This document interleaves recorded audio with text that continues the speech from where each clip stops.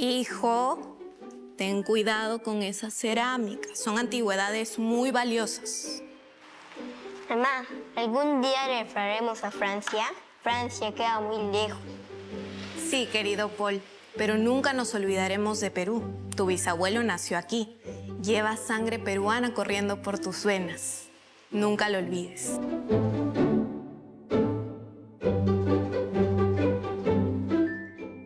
Estamos en Lima en el año de 1854 y el niño que siempre ve a su madre vestida de tapada limeña es nada menos que el futuro gran pintor francés, Paul Gauguin. Su familia había arribado a Lima por motivos políticos en Francia, pero también con intención de reclamar una herencia. Su madre es Aline Marie Chazal. Recientemente había enviudado y es nada menos que hija de la gran escritora franco-peruana Flora Tristán. Hoy vamos a tener un programa sobre Francia y Perú. Pero no solamente vamos a hablar sobre la migración francesa al Perú, sino veremos también a funcionarios, instituciones, viajeros y artistas. Llegaremos también a ver la llegada de un importante grupo de rock francés que alborotó Lima en la década de los años 80. Esto también sucedió en el Perú. Acompáñeme.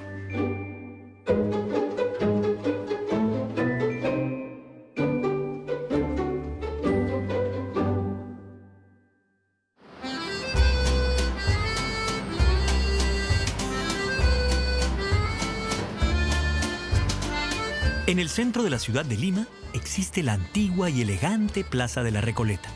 En 1911, este espacio fue rebautizado con el nombre de Plaza Francia, en homenaje al país europeo, cuna de extraordinarios pensadores, científicos y artistas.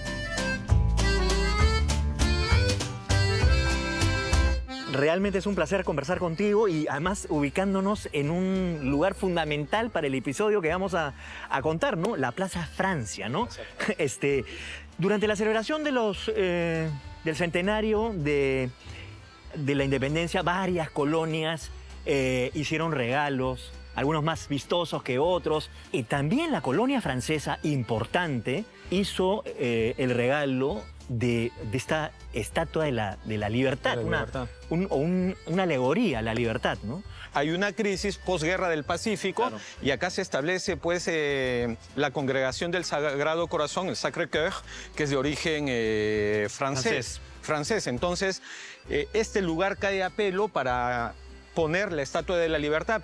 Esta es una estatua dedicada a la libertad, que es el valor cardinal francés que ha exportado al mundo, ¿no? La Estatua de la Libertad, por ejemplo. Una de las tres palabras es la libertad, igualdad, fraternidad. Es inaugurada en Santa Beatriz en plena apoteosis del gobierno de Augusto B. Leguía, un gobierno que de una u otra manera utilizó el centenario ¿para qué? Para proyectarse hacia la opinión pública. En 1926 fue la inauguración de la Estatua de la Libertad en la plaza del mismo nombre. Recién en 1935, la obra del artista francés René Bertrand Boutet sería trasladada a la Plaza Francia.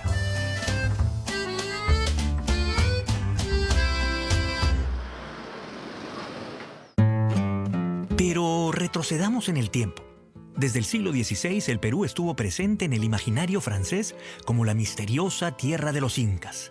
Por ejemplo, en la obra La Cosmografía Universal del navegante Guillaume Le Testu, quien en 1556 realizó fantasiosas ilustraciones.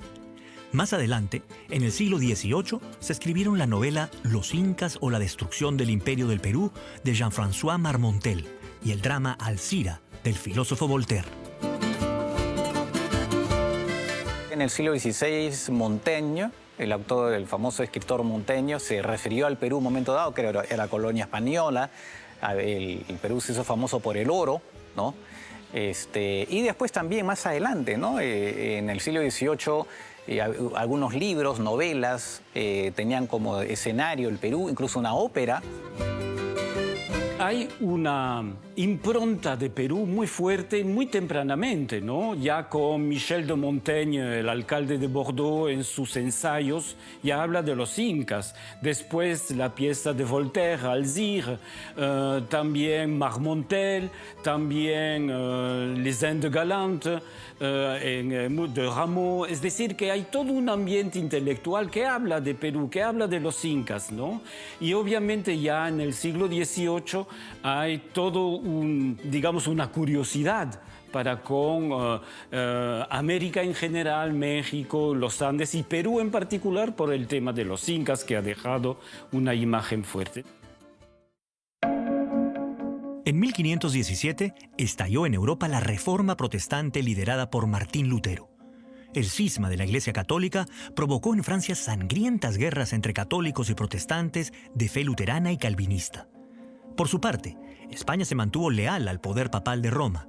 En ese complicado contexto, un francés luterano atravesaría el Atlántico y emigraría al virreinato peruano.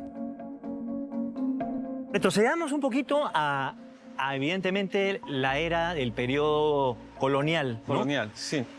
Tempranamente ya habían algunos, digamos, franceses. Uno de ellos, muy conocido, castellanizado como Mateo Salado. Mateo ¿no? Salado. Pero en realidad su nombre era un francés, Mathieu Saladé, se le dice. O Salé, sí, Saladé. O Saladé. eso, ¿no? Y era un francés que profesaba una religión diferente, era protestante. Se cuestionaba esencialmente una figura clave, una figura fundamental de la época, que era la venta de las indulgencias. Esto hace que muchos protestantes comiencen a llegar perseguidos de algunos países católicos. Francia vivía las guerras de la religión y muchos vienen clandestinamente ¿a dónde? ¿A dónde? Al Perú.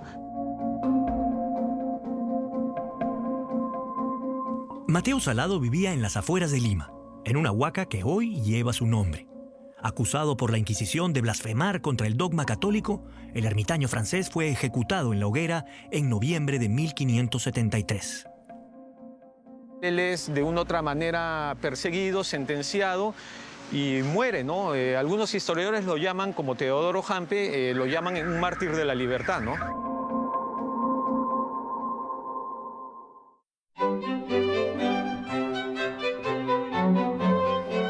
El siglo XVIII trajo consigo el auge de la Ilustración, movimiento intelectual basado en el conocimiento y la razón y la crítica al antiguo régimen. La Ilustración se vivió con gran intensidad en Alemania y Francia y repercutió en España y sus dominios. La Ilustración es un valor cardinal de la modernidad. Surge bajo una idea clave, la idea de acción. El individuo hace la historia, pero para hacer la historia debía liberarse de la ajena tutela. La ajena tutela es la imposición, digamos, de los sacerdotes, de la iglesia o de los monarcas que te impedían pensar libremente, ¿no? La Ilustración te hablaba de razonar.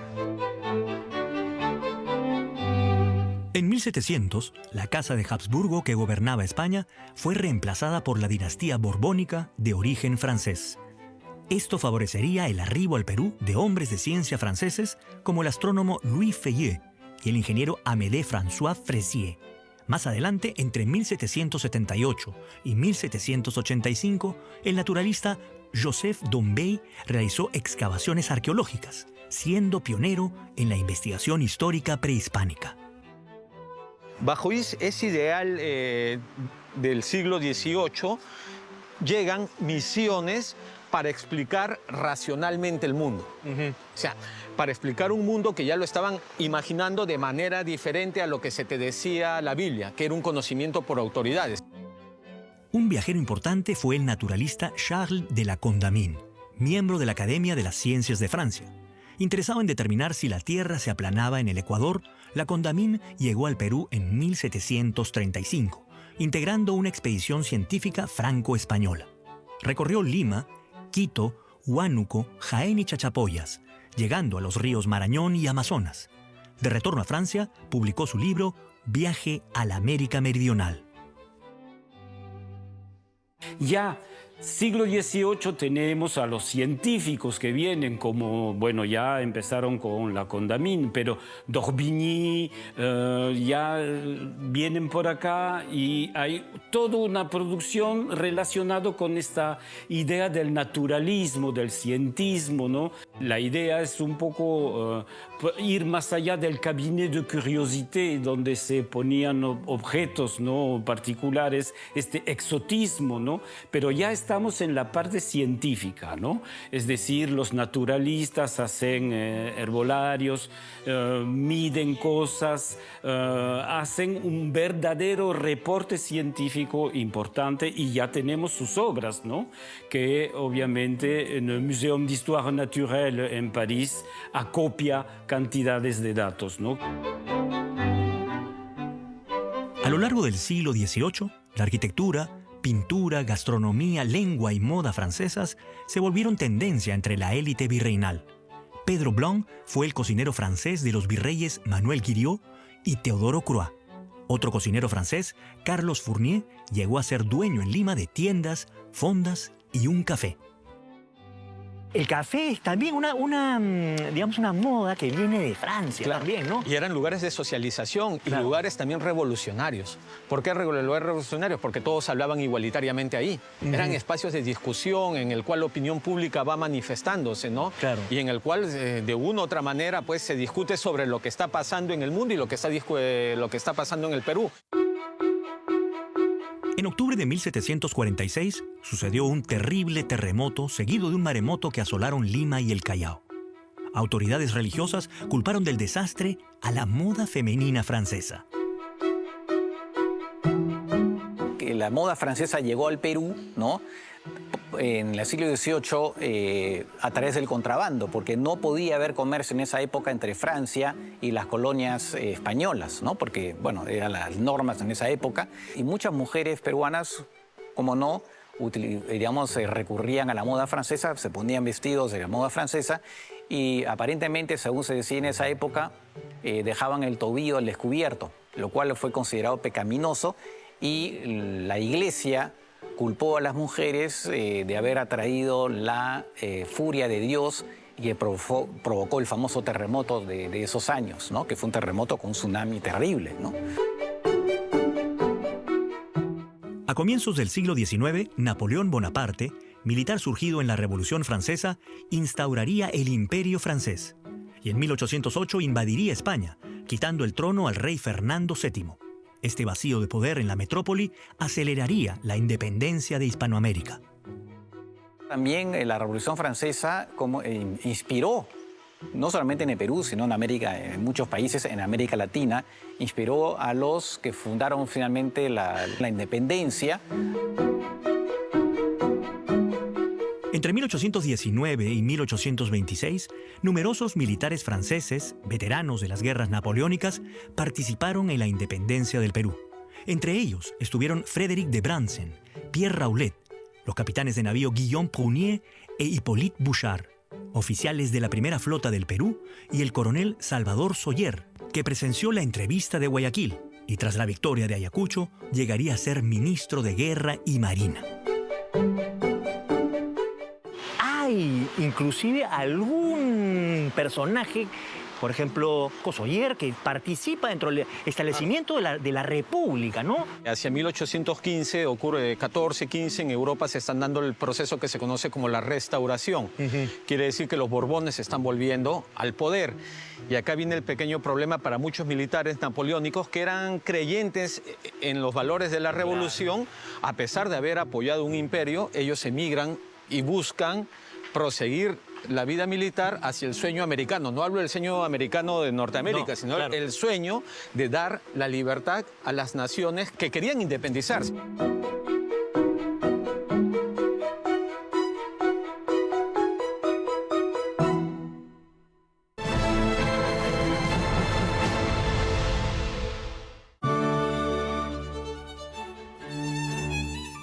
En 1831, Francia reconoció la independencia de los países hispanoamericanos. Uno de los primeros representantes del Estado francés en el Perú fue Léoncé Ingron, vicecónsul de la Embajada Francesa en Lima entre 1833 y 1839. Así se lo dijo a sus discípulos. Flores.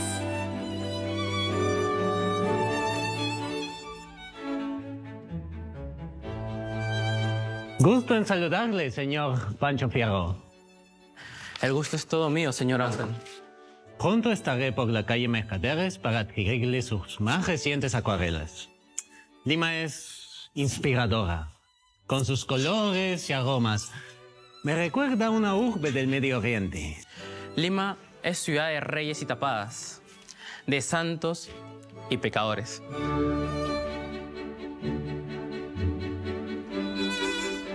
Los caballeros que acaban de conversar son Leoncé Engrand, vicecónsul francés en Lima, y nuestro conocidísimo Pancho Fierro. Estamos en el año de 1837 y ambos rondan más o menos los 30 años de edad. Tanto Engrand como Fierro se dedicaron a realizar acuarelas de la ciudad de Lima y sus habitantes de extraordinaria factura artística y gran valor documental. Leoncé Engrand, a pesar de ser de la élite limeña de entonces y diplomático, se dedicó a recorrer la ciudad, no solo a registrar sus calles y edificios, sino también a personajes típicos de la ciudad, como por ejemplo vendedores callejeros, tapadas limeñas, soldados, entre otros. Y eso es porque estaba enmarcado dentro de un movimiento cultural y artístico de la primera mitad del siglo XIX, el romanticismo, que ensalzaba lo individual, los tipos, sobre lo racional. Leoncé Engrand compró unas acuarelas en Lima, unas acuarelas de Pancho Fierro, eso es sabido, por lo cual no es descabellado pensar que hayan tenido una conversación en la ciudad como lo que acabamos de observar.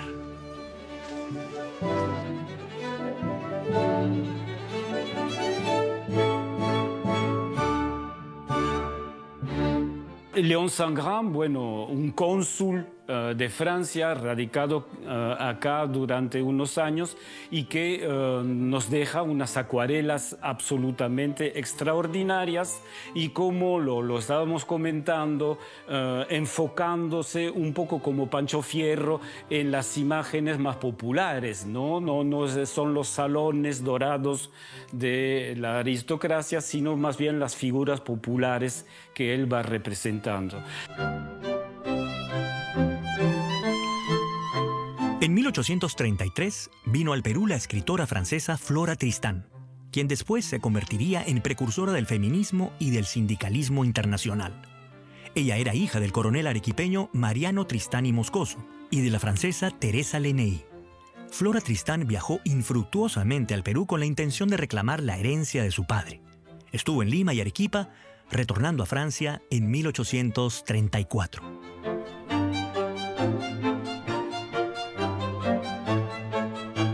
Tiene 3 hijos de una primera boda más o menos monitoreada por su propia madre y bueno, no se desarrolla de la forma deseada, digamos, ¿no? Entonces incluye violencia, conflictos y en este caso en aquel entonces ya no era permitido el divorcio. Entonces ella huye, se escapa, tiene problemas con la justicia y va a buscar en Perú, pasa en Arequipa y allá encuentra a su familia cierto grado de apoyo, pero por no ser hija legítima, sino hija natural, ¿no? del hermano, del tío, su papá, no consigue el reconocimiento que buscaba.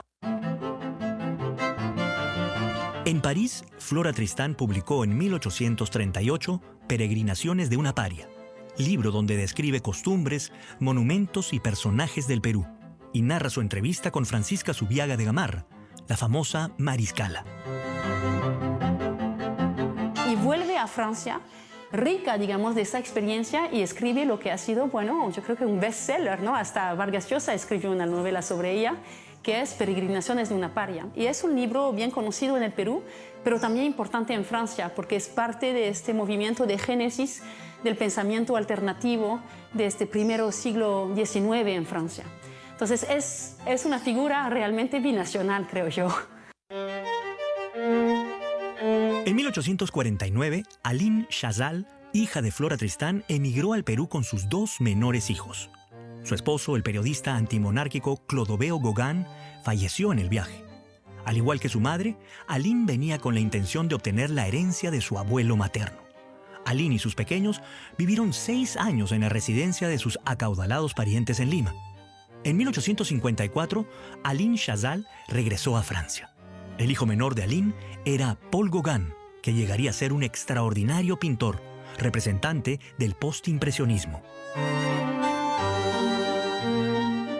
La memoria visual, la gran memoria, era un genio, de Paul Gauguin, queda reflejado en sus memorias al final de su existencia, que se llamó Antes y Después el libro, Avant et Après, donde recuerda de manera extraordinaria, por la memoria recuerda su infancia en Lima, porque él vio las momias y los huacos que tenía su madre Aline, que era una gran coleccionista, sobre todo de huacos mochicas, lo va a llevar a que en su pintura encontremos rasgos de lo que vio en su infancia. Quiere decir que el Perú, de una u otra manera, deja su huella, su impronta en su arte.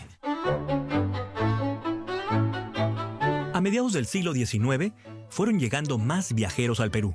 Uno de ellos fue Paul Marcoy, natural de Burdeos, quien recorrió Chile, Bolivia y Perú. De retorno a Francia en 1847, Marcoy redactó un relato de sus viajes con ilustraciones de Arequipa, Cusco y Amazonía, que fue publicado en París casi 2 décadas después.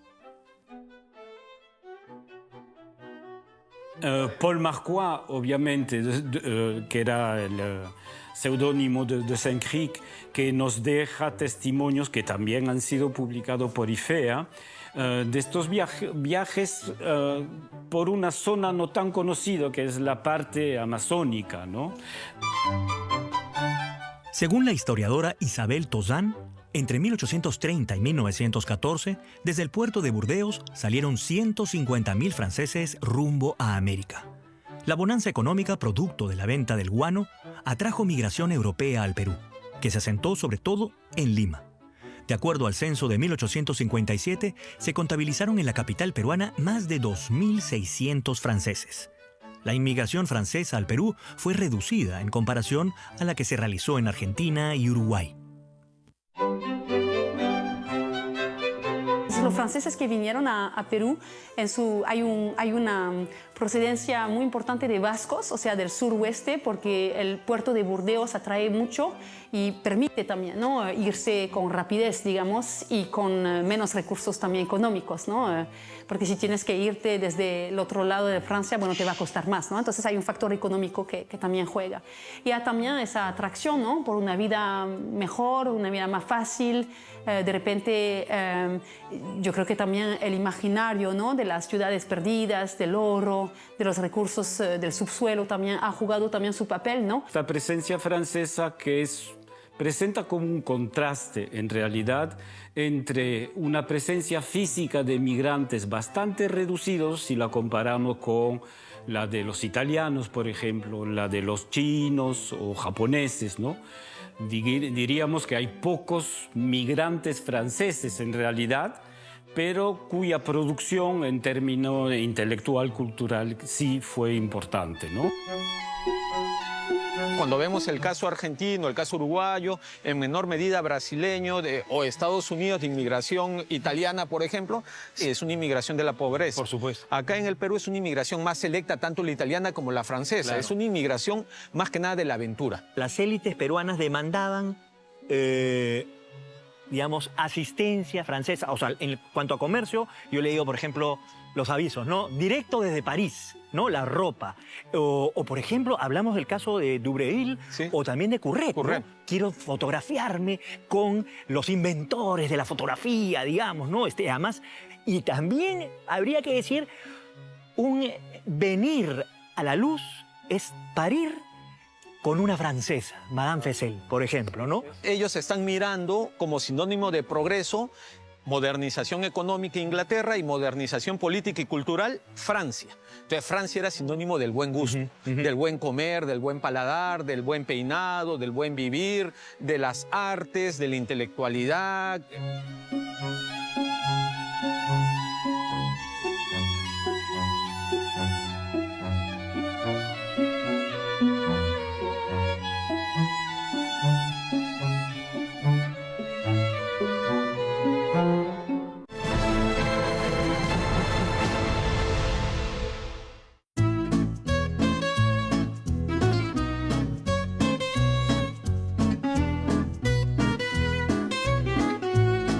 A mediados del siglo XIX fueron arribando al Perú destacados fotógrafos galos que abrieron modernos estudios en Lima. Entre ellos estuvieron Eugenio Monuri, quien era corresponsal de Le Monde Illustré de París, y los hermanos Eugène y Achilles Curret, pioneros del fotoperiodismo, y cuyo prestigioso estudio, ya con otro propietario, funcionaría en el Jirón de la Unión hasta el siglo XX. Francia, a pesar de ser un país laico, ¿no? Desde la Revolución Francesa y más aún a partir del inicio del siglo XX, sí ha tomado un protagonismo sustancial, no sé, pero importante, digamos, en la historia del catolicismo, ¿no? Y en general del cristianismo europeo hacia América del Sur. Entonces varios franceses formaron parte de un movimiento misionero. Hay varias monjas, ¿no? que participaron de un esfuerzo educativo en el Perú. A fines del siglo XIX, miembros de la élite limeña aunaron esfuerzos con los sacerdotes de los Sagrados Corazones para crear un colegio francés de varones que funcionó en 1893 en la Plaza de la Recoleta. En 1860, gracias al impulso del cónsul general de Francia, Edmond de Lesseps, se constituyó la Sociedad Francesa de Beneficencia. Años después, en 1867, se abrió un centro hospitalario con el nombre de Maison de Santé, conocida como la Casa de Salud Francesa.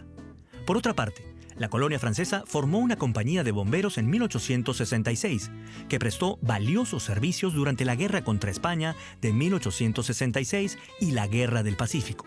Lamentablemente, la epidemia de fiebre amarilla que azotó Lima acabó con la vida del cónsul Lesseps en 1868.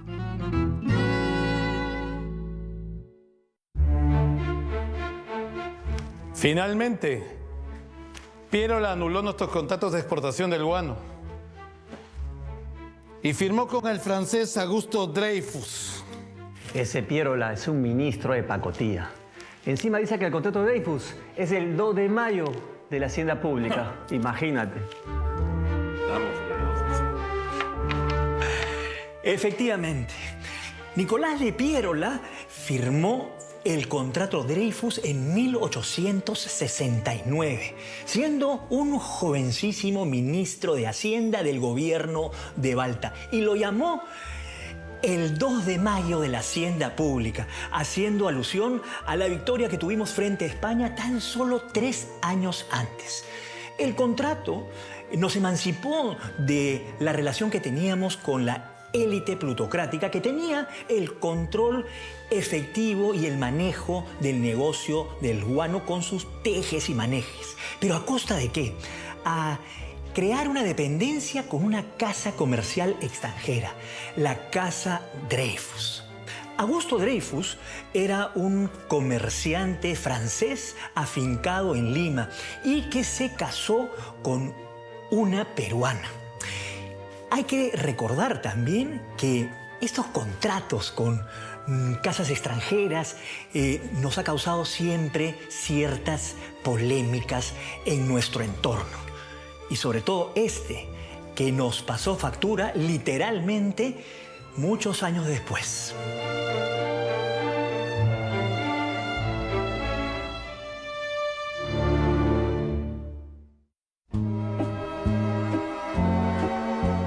El Censo Nacional de 1876, dirigido por Manuel Atanasio Fuentes, contabilizó 2.658 franceses, de los cuales 723 eran mujeres.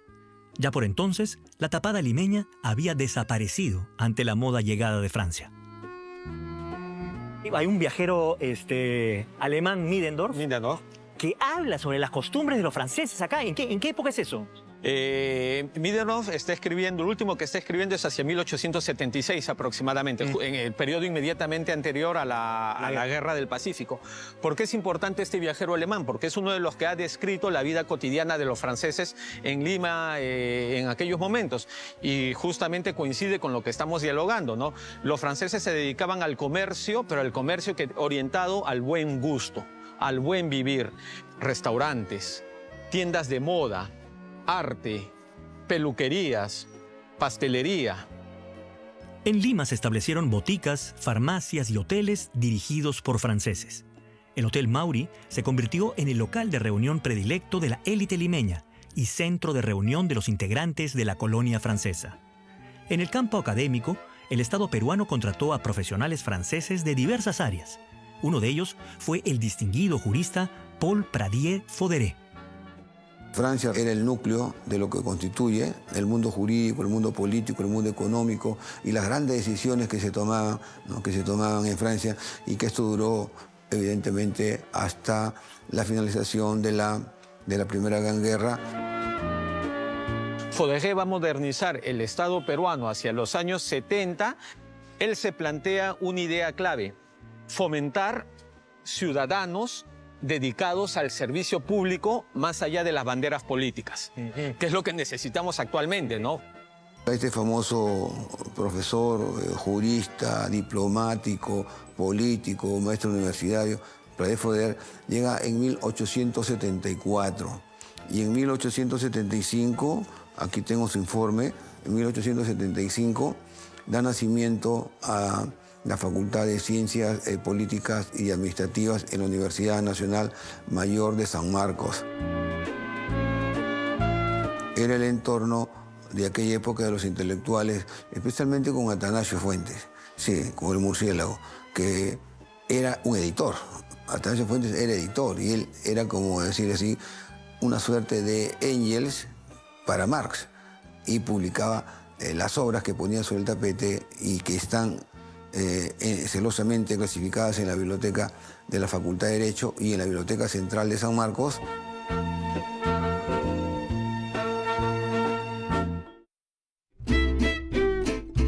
Viajeros franceses de la década de 1870 fueron Edmond Cotot, que presenció la destrucción de las antiguas murallas de Lima y la edificación del Palacio de la Exposición, y Charles Wiener, viajero austriaco naturalizado francés, que recorrió Cusco, Lima y Puno.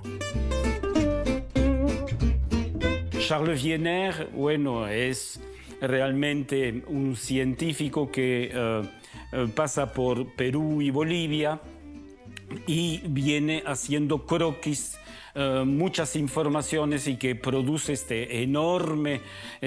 enorme obra que ha sido publicado por IFEA y reeditada por IFEA, y que realmente ha dejado unas informaciones valiosísimas, aunque criticadas un poco, hay que decir, porque no siempre este señor citaba sus fuentes como hubiera tenido que hacerlo, ¿no? Ahora, me has hecho acordar, durante la Guerra del Pacífico, de otro personaje también importante, ¿no? Sí. Petit-Thouars. Petit-Thouars. Que también tenemos una avenida en su nombre. Y esta historia casi mítica de que junto con Hermasia Payet, claro, ¿no? Va, y una madre religiosa que va y le pide que interceda, ¿no? Y él habla con los chilenos que si bombardeaban Lima o se destruían Lima, iba a bombardear sus naves. Sí. ¿Qué hay de eso? Recientemente la historiografía chilena niega la participación de Petit-Thouars, niega en la salvación de Lima, ¿no? Lo que pasa en mi investigación de libros franceses en Lima, me encuentro con dos autores interesantes que están testimoniando que justamente Petit-Thouars sí tuvo que ver de una u otra manera en evitar el bombardeo chileno, ¿no? Las mujeres limeñas, es algo muy interesante. Le regalan un álbum de firmas con sus imágenes, una especie de álbum, le regalan a Petit-Thouars. ¿Por qué? Porque salvó a Lima. Y cuando muere Petit-Thouars en 1890 aproximadamente, hay testimonios que la Municipalidad de Lima le rinde homenaje a Petit-Thouars. Y hay autores franceses que, recogiendo investigaciones, dicen algo muy interesante en el calor del momento, o sea, en la coyuntura. Están diciendo que Petit-Thouars probablemente quería evitar una nueva comuna de París en Lima. Hubo la guerra franco-prusiana de 1870, que tuvo su correlato en 1871 con la famosa comuna de París, ¿no? En el cual se produjo un estallido, un desborde social tremebundo en París que cuestionó el orden de cosas vigentes.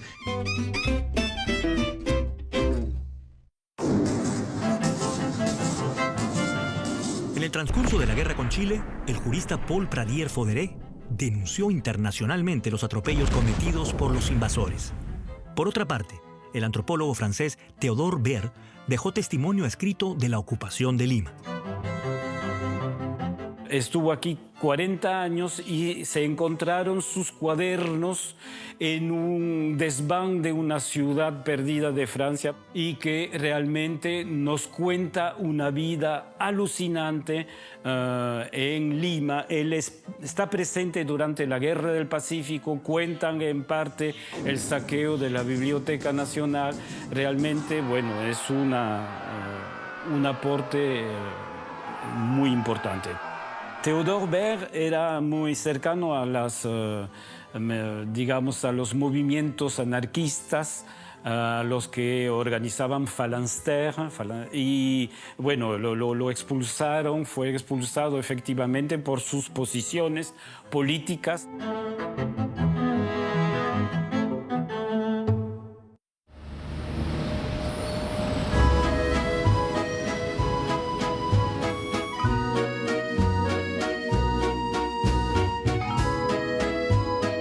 Se crea la Alianza Francesa de Lima, ¿no? Que es una de las más antiguas del mundo, porque la Alianza Francesa como institución a nivel mundial se crea en 1883, ¿no? Y la del Perú se crea en febrero de 1890, o sea, apenas 7 años después, ¿no? Entonces la Alianza Francesa se convierte evidentemente pues, en una parte importante de la presencia francesa. En el Perú siempre había una cierta francofilia, ¿no? Claro, como en otros países, para las clases altas hablar en francés era pues signo de distinción, ¿no? La Alianza Francesa, que había estado un poco adormecida en las décadas anteriores, pues se relanza en los años 30, ¿no?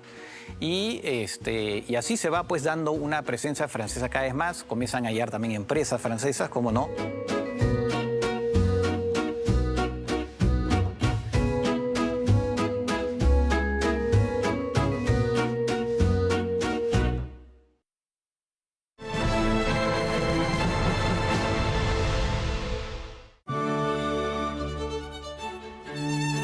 En 1896, el presidente Nicolás de Piérola contrató una misión francesa al mando del capitán Paul Clément para reorganizar el ejército.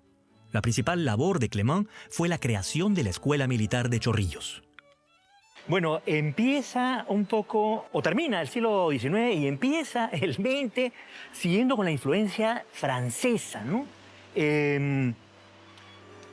Seguían llegando viajeros, pero sobre todo hay una necesidad, por ejemplo, después de la guerra con Chile, de reorganizar el ejército, ¿no?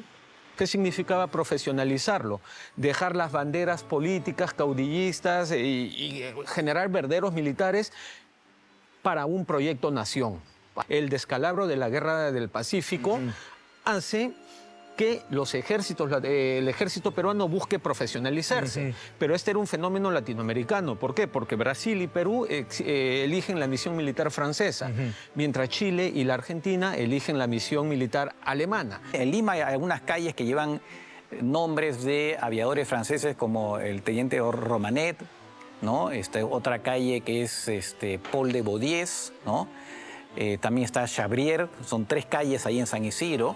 Eran aviadores que vinieron acá, me parece, como instructores, ¿no? Porque había pues esta misión militar francesa que contribuía, no solamente creó la escuela militar, sino también había militares franceses que venían como instructores para el ejército peruano, ¿no?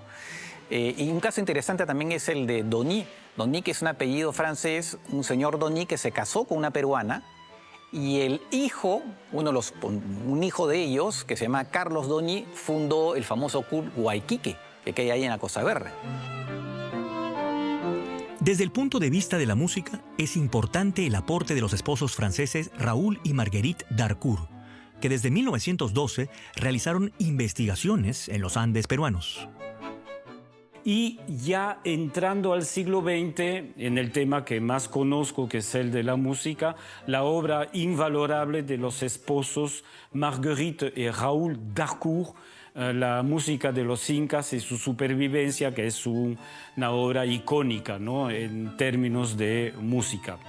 A inicios del siglo XX, las potencias europeas vivían la llamada Belle Époque, un periodo de prosperidad económica e innovaciones tecnológicas.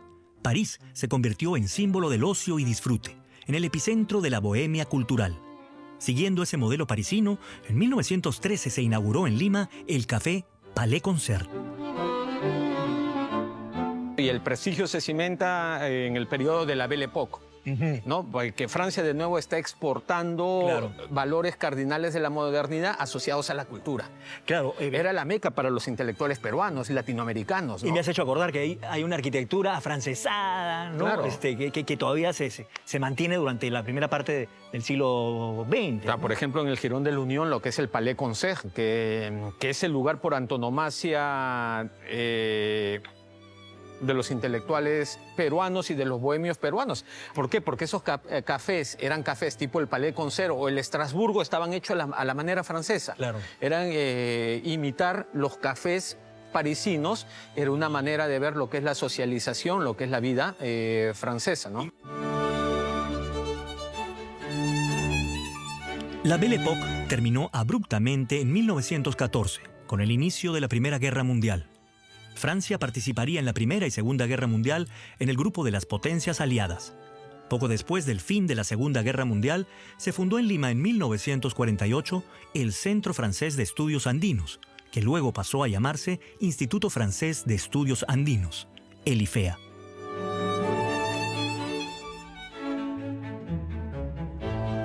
Se crea en 1948 de parte de ambas diplomacias, peruana y francesa, y mediante la acción de algunas personalidades francesas. Jean Vellard, por ejemplo, médico, tenía un puesto en la Universidad Católica en aquel entonces, y él participó, ¿no?, de este desarrollo de un Instituto Francés de Investigación en el Perú.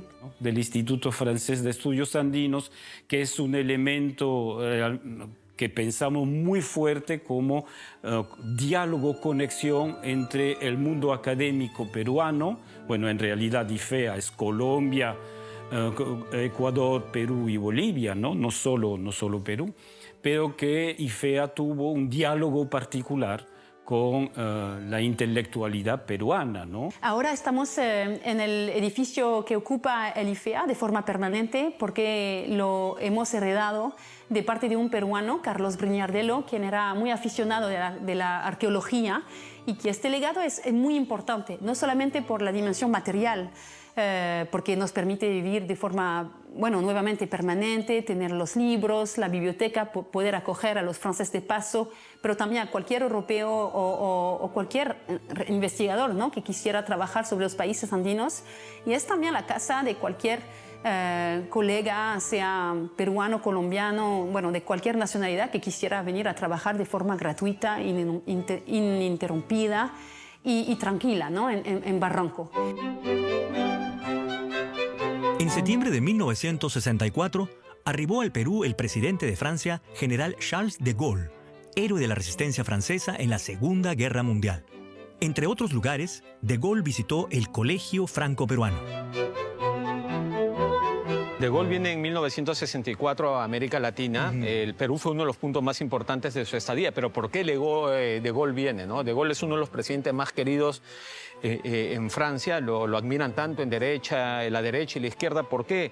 Porque es el hombre que de una u otra manera devuelve dentro del imaginario francés a Francia en una posición de potencia mundial, ¿no? Geopolíticamente hablando, de Gaulle plantea una Francia expansiva, una Francia en el buen sentido de la palabra que tenga relaciones con todos los países del mundo, y qué mejor con América Latina, que de una u otra manera siempre demandaba cultura francesa, ¿no? Entre 1973 y 1975, Perú suspendió relaciones diplomáticas con Francia en protesta por las pruebas nucleares que el país europeo realizaba en la Polinesia Francesa. Hubo un momento complicado en las relaciones franco-peruanas en la época del general Velasco, ¿no? A inicios de los años 70. Recuerden que en ese momento se produjo el terremoto, ¿no?, del 31 de mayo del 70, y Francia hacía pruebas nucleares en un atolón del Pacífico, ¿no?, tipo isla, ¿no? Y entonces lo que se decía en ese momento que era que esas pruebas nucleares podían provocar terremotos incluso en el Perú, ¿no? Y en ese momento las relaciones con Francia fueron se vieron muy perjudicadas, poco que las relaciones estuvieron bastante tensas. En los años 80, una banda de rock francesa llegó al Perú. Su nombre era el de una antigua colonia francesa del sudeste asiático, Indochina. Hay un fenómeno interesante que ya hablando un poco de los años 80, ¿Sí? llega un grupo casi desconocido hasta ese momento, Indochine. Indochine toma por asalto, ¿no? Y unas canciones se llama Al Assaut, ¿no? Al Assaut, así, al asalto. Toma por asalto Lima, ¿no? Y causa un furor enorme, ¿no? Y cuando yo he ido a Francia y he preguntado por Indochine, era una banda que de pronto no es tan conocida en Francia. Es increíble. Es el único grupo de origen extra español que viene al Perú. Porque las grandes bandas no venían, porque simplemente estábamos viviendo la violencia terrorista, Sendero Luminoso y el MRTA.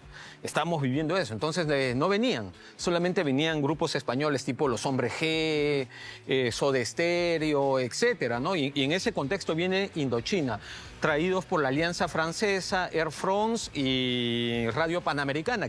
Tiene llenos totales en 1988, ¿no? Causó una moda, un furor, que ellos mismos estaban sorprendidos porque eran una suerte de ídolos. Justo 2 años antes que venga Indochina a Lima, llega aquí en François Mitterrand, 1986, en una visita para retribuir y de una otra manera alentar al socialismo de Estado que se estaba dando en aquel momento del primer gobierno de Alan García, ¿no? El Partido Socialista Francés, François Mitterrand, en donde restablecer las relaciones. Y en ese contexto es donde se compran los Mirage. Perú y Francia son países que atesoran una rica y milenaria historia, manifestada en una potente irradiación cultural importante que abarca todas las artes. Lejos de chauvinismos, estamos plenamente convencidos que los himnos nacionales del Perú y Francia se encuentran entre los más hermosos y conmovedores del mundo. Ambos se entonan con mayor fuerza en julio, el mes de la patria, en ambas naciones.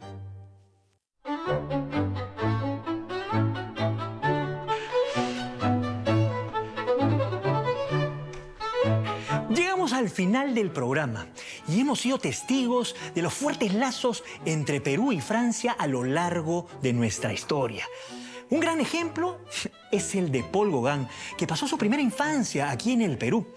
Y a pesar de que estuvo aquí pocos años, eso dejó una huella imborrable en su arte y también en su orgullo por llevar en sus venas sangre india del Perú, sangre inca, como él mismo decía. Hay un poema de Eric María Rilke que dice que la verdadera patria del hombre es la infancia. Y yo estoy totalmente de acuerdo. Nos vemos en la próxima. Au revoir, o como decía una famosa cómica, castellanizando esa frase, au revoir. Nos vemos en la próxima.